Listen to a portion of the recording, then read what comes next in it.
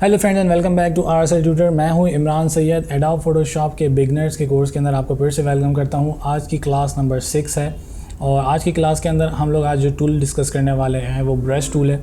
Brush tool basically कोई इतना बड़ा टूल नहीं है फ़ोटोशॉप के अंदर, लेकिन उसकी जो ऑप्शंस हैं वो जानना आपके लिए बहुत ज़्यादा इंपॉर्टेंट है, क्योंकि ब्रश के जो टूल्स हैं वो ज़्यादातर दूसरे टूल्स में भी इस्तेमाल किए गए हैं, जैसे कि इरेज़र का टूल है, डॉज का टूल है। इस तरह के जो टूल्स हैं उसमें तकरीबन सिमिलर प्रॉपर्टीज़ हैं जो कि अप्लाई की गई हैं, तो इसलिए इस टूल को जानना जो है बहुत ज़्यादा ज़रूरी है। क्लास स्टार्ट करने से पहले फ्रेंड्स आपसे रिक्वेस्ट करूंगा कि आप लोगों ने अगर अभी तक चैनल को सब्सक्राइब नहीं किया है तो काइंडली सब्सक्राइब कर लीजिए, और अगर आपने पहले से सब्सक्राइब कर लिया है तो थैंक यू फॉर दैट। और साथ में रिक्वेस्ट करूंगा कि मेरे बहुत सारे फ्रेंड्स हैं जो कि वीडियोस को वॉच करते हैं, लाइक भी करते हैं, लेकिन चैनल को सब्सक्राइब नहीं करते, तो आपसे रिक्वेस्ट करता हूं कि आपने अगर अभी तक चैनल को सब्सक्राइब नहीं किया तो काइंडली सब्सक्राइब कर लीजिए, ताकि हमारे RSL ट्यूटर की फैमिली जो है वो जल्द से जल्द आगे बढ़ती जाए। तो टाइम वेस्ट किए बगैर चलें स्टार्ट करते हैं आज के लेक्चर को।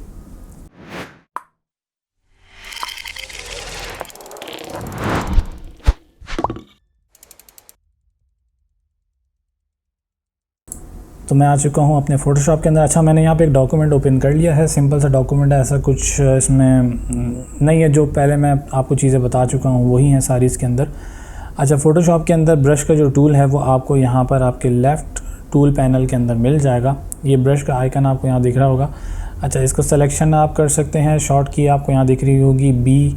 आप जब B को प्रेस करेंगे अपने कीबोर्ड से तो आपका ब्रश टूल जो है वो सेलेक्ट हो जाएगा। ब्रश टूल की जो कुछ सेटिंग्स हैं आपको यहाँ पर ऊपर भी दिखेंगी, ठीक है। अच्छा, इसके अंदर सबसे इम्पॉर्टेंट चीज़ जो है वो हमारे पास है, जो कि यहाँ पर डिफरेंट टाइप्स की प्रॉपर्टीज़ मौजूद हैं जो ब्रश के हवाले से हैं, मतलब ब्रश के लिए जितनी भी प्रॉपर्टीज़ हैं वो आपको यहाँ मिल जाएंगी। एक तो ये वाला पैनल है आपके पास, जिसके अंदर आपको ब्रश, जितने भी ब्रश आपके यहाँ पर सिस्टम के अंदर मौजूद हैं आपके फ़ोटोशॉप के अंदर, वो आपको यहाँ पर मिल जाएंगे।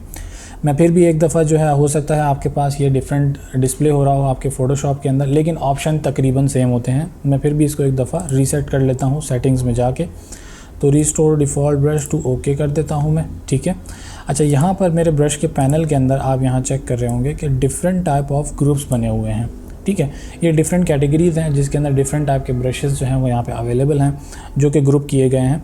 ज़्यादातर हम लोग यूज़ करते हैं जनरल ब्रशेज़, क्योंकि मैं इसके अलावा भी इस्तेमाल करता हूँ, लेकिन मैं आपको सिर्फ एक आइडिया दे रहा हूँ कि ज़्यादातर हम लोग यहाँ पर जो जनरल ब्रशेज़ हैं वो इस्तेमाल करते हैं। इस पैनल को एक्सेस करने का एक और तरीका भी फ़ोटोशॉप के अंदर मौजूद है। वो तरीका ये है कि आप अपने जो भी वर्क एरिया है इसके अंदर आप जब राइट क्लिक करते हैं तो यहाँ पे आप चेक कर रहे होंगे सेम वही पैनल यहाँ पर आपको अपीयर हो जाएगा, ठीक है। इस पैनल के अंदर आपके पास जो ऑप्शंस है वो मैं आपको बता दूं। यहाँ पर सबसे पहला ऑप्शन है साइज़ का, दूसरा है हार्डनेस का। ये अभी बताता हूँ उसमें क्या चीज़ें हैं। और यहाँ पर आप बॉटम में देख रहे होंगे यहाँ ब्रशेज़ हैं। अच्छा, बॉटम में यहाँ पर आपके ब्रशेज़ का जो व्यू है उसको छोटा बड़ा करने का यहाँ पर ऑप्शन मौजूद है कि आप अपने इन ब्रशेज़ के व्यू को रिसाइज़ कर सकते हैं, ठीक है। अच्छा, ब्रशेज़ को चेक करने के लिए यहाँ पर डिफरेंट ऑप्शन है जो आपको सेटिंग्स में मिल जाएंगे। सेटिंग्स में आप जाएंगे तो यहाँ पर ब्रशेज़ के काफ़ी सारे ऑप्शन है कि आप ब्रशेज़ के टिप्स को देखना चाह रहे हैं कि टिप्स किस तरीके से डिस्प्ले होते हैं। इसी तरीके से ब्रशेज़ का नेम भी आप चाह रहे हैं कि ब्रशेज़ का नेम आपको डिस्प्ले हो जाए क्या है। ये सब कुछ आपके ऊपर है, ठीक है। तो आप जिस तरीके से चाहें आप इसको सेटिंग्स के अंदर कर सकते हैं, ठीक है। तो यहाँ पर आपको ये सारे के सारे ऑप्शंस, यानी कि जो भी सेटिंग्स आपके ब्रश के हवाले से, वो आपको यहाँ पर सेटिंग के पैनल के अंदर मिल जाएंगी। अच्छा, यहाँ पे मैं अभी सिंपल काम ये करता हूँ कि एक ब्रश को सेलेक्ट कर लेता हूँ यहाँ पर, ठीक है। नॉर्मल ब्रश जो होता है इसको पहले मैं रीसेट करूँगा स्ट्रोक के साथ, क्योंकि स्ट्रोक ज़्यादा फिजिबल है। इससे मुझे पता लग जाता है कि मेरा जो भी ब्रश मैं सेलेक्ट कर रहा हूँ उसकी जो हार्डनेस है वो ज़्यादा हार्ड है, सॉफ्ट है, लार्ज, जो भी है XYZ। यहाँ से आपको मालूम हो जाता है कि यहाँ से आप देख रहे होंगे कि ये थोड़ा सा ब्लर है, तो ये मतलब ये थोड़ा सॉफ्ट है। इस तरीके से यहाँ पर आप स्ट्रोक देख रहे हैं कि ये हार्ड है। इस तरीके से आपको पता लग जाता है कि आपका जो ब्रश सिलेक्शन है वो सॉफ्ट है या हार्ड है, ठीक है। यहाँ से ब्रश सेलेक्ट करूँगा मैं सिंपल, और उसके बाद हम यहाँ से क्या करेंगे, सिंपल बता रहा हूँ आपको तरीका कि ब्रश को यानी कि इस्तेमाल किस तरह किया जाता है। ब्रश सिलेक्शन के बाद आप अपना कलर लेते हैं, जो भी आपका कलर होता है सिलेक्शन के ऊपर, सही है, फोरग्राउंड कलर आपने लिया। उसके बाद आप सिंपल जो है जैसे जैसे आप अपने क्लिक करके ब्रश को इस्तेमाल करते हैं उस तरीके से इस्तेमाल किया जाता है। अच्छा, अब आ जाते हैं मज़ीद सेटिंग्स के अंदर और देख लेते हैं कि इसके अंदर किस तरह के ब्रशेज़ हमारे पास मौजूद हैं।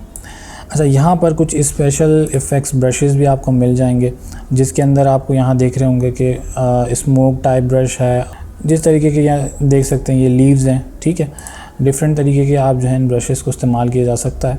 और इसका कलर हम यहाँ से थोड़ा सा चेंज करते हैं। आई होप सो ये फोरग्राउंड और बैकग्राउंड कलर के साथ इस्तेमाल होगा ये लीफ।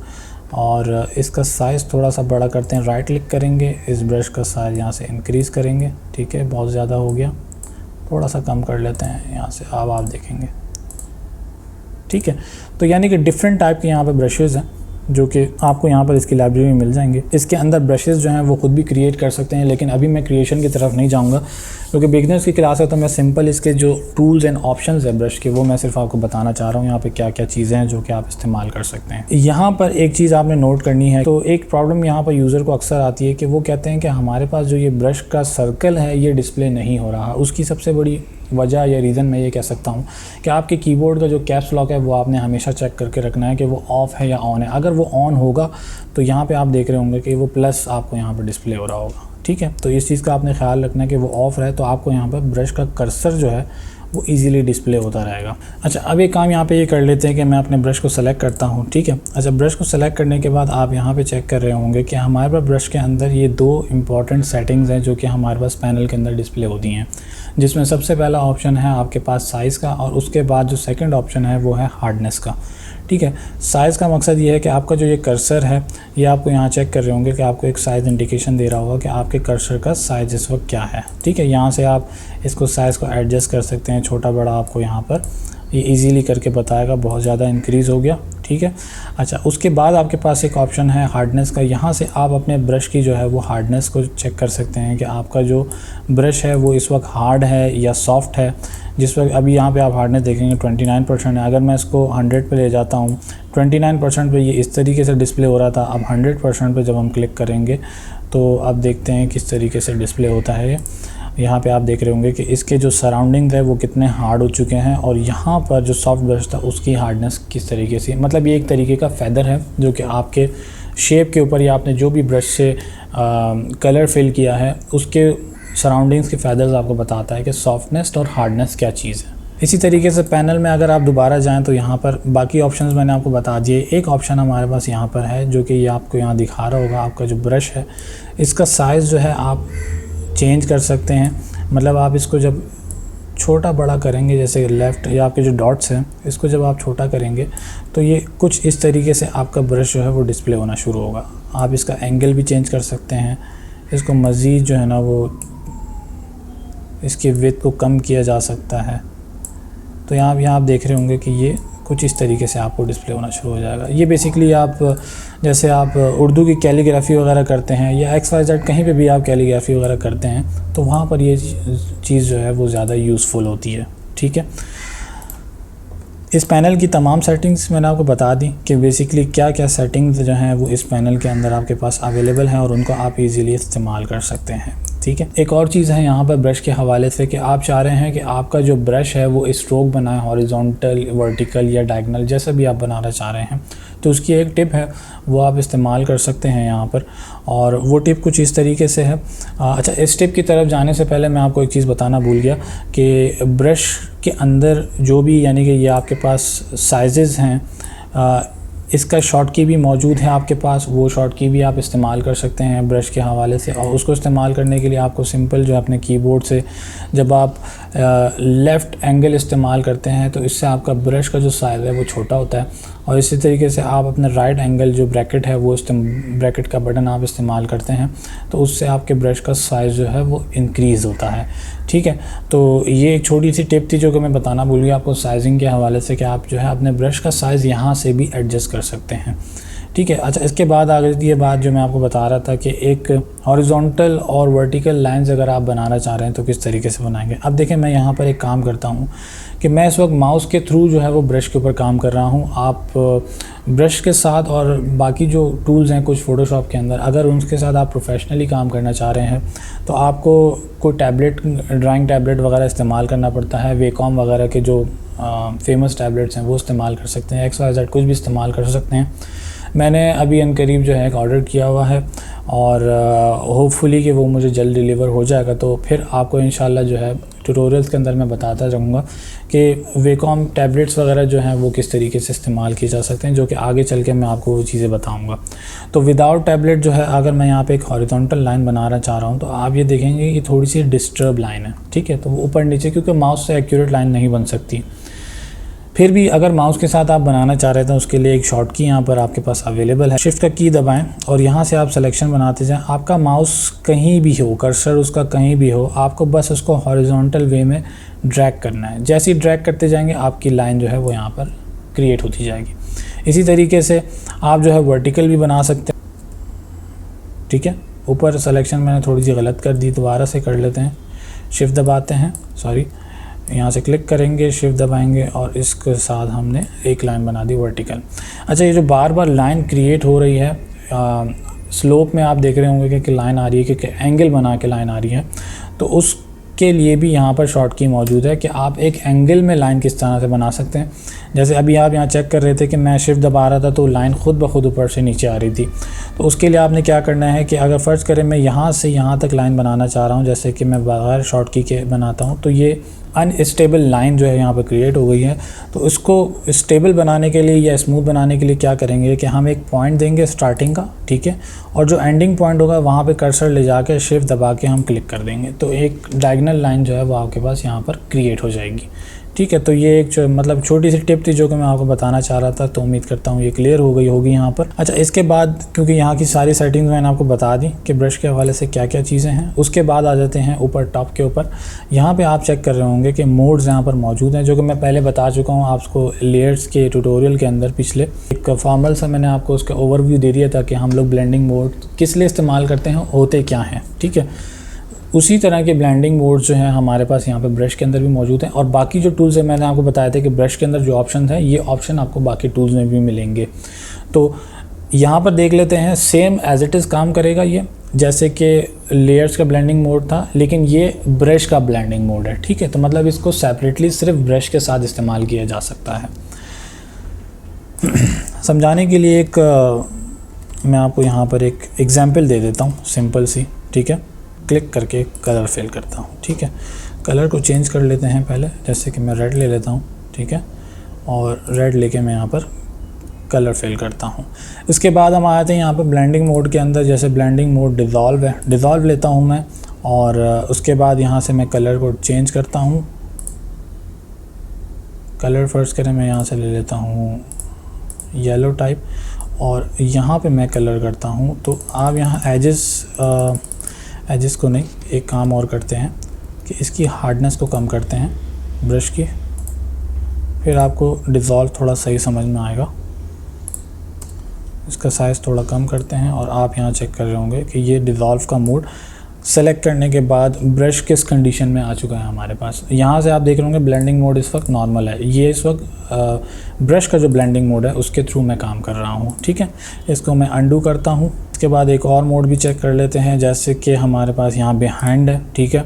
मैं यहाँ कलर करता हूँ, तो आप ये देख रहे होंगे कि ये बिहाइंड उसके पीछे कलर कर रहा है, ठीक है।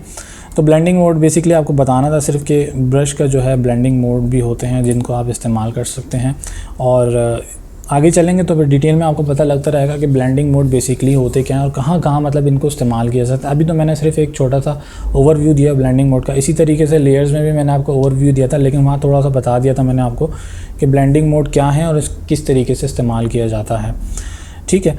एक सेलेक्शन बनाते हैं, ठीक है,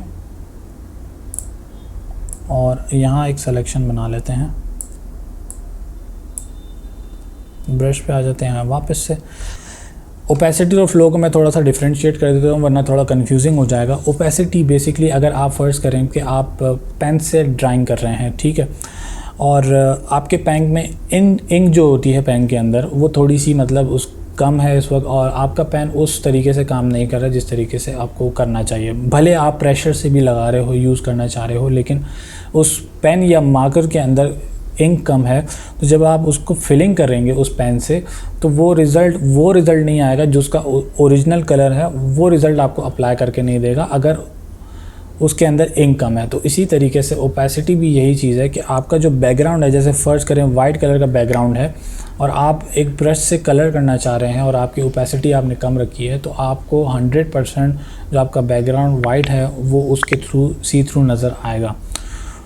इसी तरीके से फ़्लो का ऑप्शन बेसिकली ये है कि आप फ़र्ज़ करें कि आपके पास कोई स्प्रे है, आप उस स्प्रे को किसी वॉल के ऊपर ग्राफिक्स बनाने की कोशिश कर रहे हो, तो होता यह है कि जब आप स्प्रे कर रहे होते हो किसी भी वॉल के ऊपर, तो जितना ज़्यादा आप प्रेशर लगाते हो उस स्प्रे के ऊपर, तो वो उतनी तेज़ी से आपका कलर जो है वो अप्लाई हो रहा होता है, और जितना आप सॉफ्ट इस प्रेशर कर रहे होते हो तो उसका फ़्लो भी उतना ही कम होता है। तो बेसिकली फ़्लो का काम भी यहाँ पर यही है। अगर वो 100% पे होगा तो ज़ाहिर सी बात है आपका जो भी कलरिंग आप कर रहे हो वो उसी डेप्थ के साथ अप्लाई करता रहेगा। अब जैसे कि मैं यहाँ पे अगर आपको दिखा दूँ कि ब्रश जो है मैंने यहाँ लिया हुआ है ब्लू का और 100% है इस वक्त, तो आप यहाँ चेक कर रहे होंगे कि ये कलर जो है वो पूरा प्रेशर के साथ अप्लाई हुआ है। लेकिन मैं चाहता हूँ कि ये थोड़ा सा प्रेशर इसका कम हो, फ़्लो उसका कम हो, तो मैं एक इसके जो कॉर्नर्स हैं वो थोड़े से मेरे पास जो मैं चाहता हूँ वो चीज़ मुझे मिले। तो अब यहाँ पे आप फ़्लो चेक करेंगे, फ़्लो कम करते हैं, तो अब आप यहाँ चेक कर रहे होंगे कि इसके जो कॉर्नर्स हैं फिलिंग हो रही है, मानता हूँ मैं, लेकिन वो दोबारा से जब कर्सर ऊपर आएगा तो ज़ाहिर सी बात है वो फिल करता जाएगा। लेकिन अब जब फ़्लो आप यहाँ देख रहे हैं 26% है, तो फ़्लो आप देखें कि इसका फ़्लो कितना कम है, ठीक है। और अगर मैं इसको बढ़ा दूँ और 1 क्लिक करूँ तो यहाँ पे आप चेक करें कि इसका फ़्लो किस तरीके का। तो उम्मीद करता हूँ कि ये फ़्लो और ओपेसिटी दोनों आपको समझ में आ गए होंगे। आगे जब चल के आप इसको इस्तेमाल करेंगे तो ये आपको थोड़ा सा क्लियर हो जाएगा। अभी थोड़ा सा कन्फ्यूजिंग हो रहा होगा ज़रूर, लेकिन इंशाल्लाह जब आप आगे चल के इसको इस्तेमाल करेंगे तो आपको ये चीज़ क्लियर होती जाएगी कि बेसिकली फ़्लो और ओपेसिटी में क्या फ़र्क है, ठीक है। तो ये सारे के सारे ऑप्शंस थे जो कि मुझे यानी कि आपको बताने थे। आप यूज़ कर सकते हैं ब्रश के अंदर। चीज़ ये थी कि आपको बताना था कि अगर आपने ब्रशेस को थोड़ा सा मतलब समझ लिया इसके ऑप्शंस को, तो बाकी इसके अंदर इतनी कोई मुश्किल चीज़ नहीं है। बस ब्रशेस के अंदर एक चीज़ जो रह गई है कि मतलब ब्रशेस किस तरीके से क्रिएट किए जा सकते हैं, वो आगे चल के मैं आपको ज़रूर बताऊंगा कि अपने कस्टम ब्रशेस किस तरीके से बनाए जाते हैं। और वेकॉम का जैसे मैंने आपको बताया कि ड्राइंग टैबलेट के बारे में आपको बताया मैंने, वो जैसे ही मुझे रिसीव होता है और मुझे लगेगा कि आप मुझे कंटेंट बना के आपको देना चाहिए, क्रिएट करना चाहिए वेकॉम टैबलेट के साथ भी, तो वो भी बहुत जल्द जो है और ज़रूर इंशाल्लाह आपके साथ शेयर करूँगा वो चीज़ें। क्लास को एंड करने से पहले फिर से रिक्वेस्ट करूँगा कि आपने अगर अभी तक चैनल को सब्सक्राइब नहीं किया तो काइंडली सब्सक्राइब कर लीजिए, और ताकि आने वाली हर नई वीडियो की नोटिफिकेशन आपको इजीली रिसीव हो सके। और आपका सब्सक्रिप्शन ही बेसिकली मेरे लिए एक मोटिवेशन है। जितना सब्सक्राइबर्स मेरे पास बढ़ते जाएंगे मैं उतना जल्दी जो है वो कंटेंट बना के आपके साथ मैं शेयर करता जाऊंगा, न्यूली कंटेंट आपके साथ शेयर करता जाऊंगा। जितना आप मुझे सपोर्ट करेंगे मैं उतना अच्छा कंटेंट क्रिएट करके आप तक पहुंचा सकता हूं। वीडियो अच्छी लगी हो तो काइंडली लाइक कर दीजिएगा और फ्रेंड्स के साथ शेयर करना मत भूलिएगा। तो मिलते हैं किसी नेक्स्ट ट्यूटोरियल के अंदर, तक के लिए टेक केयर, अल्लाह हाफिज़।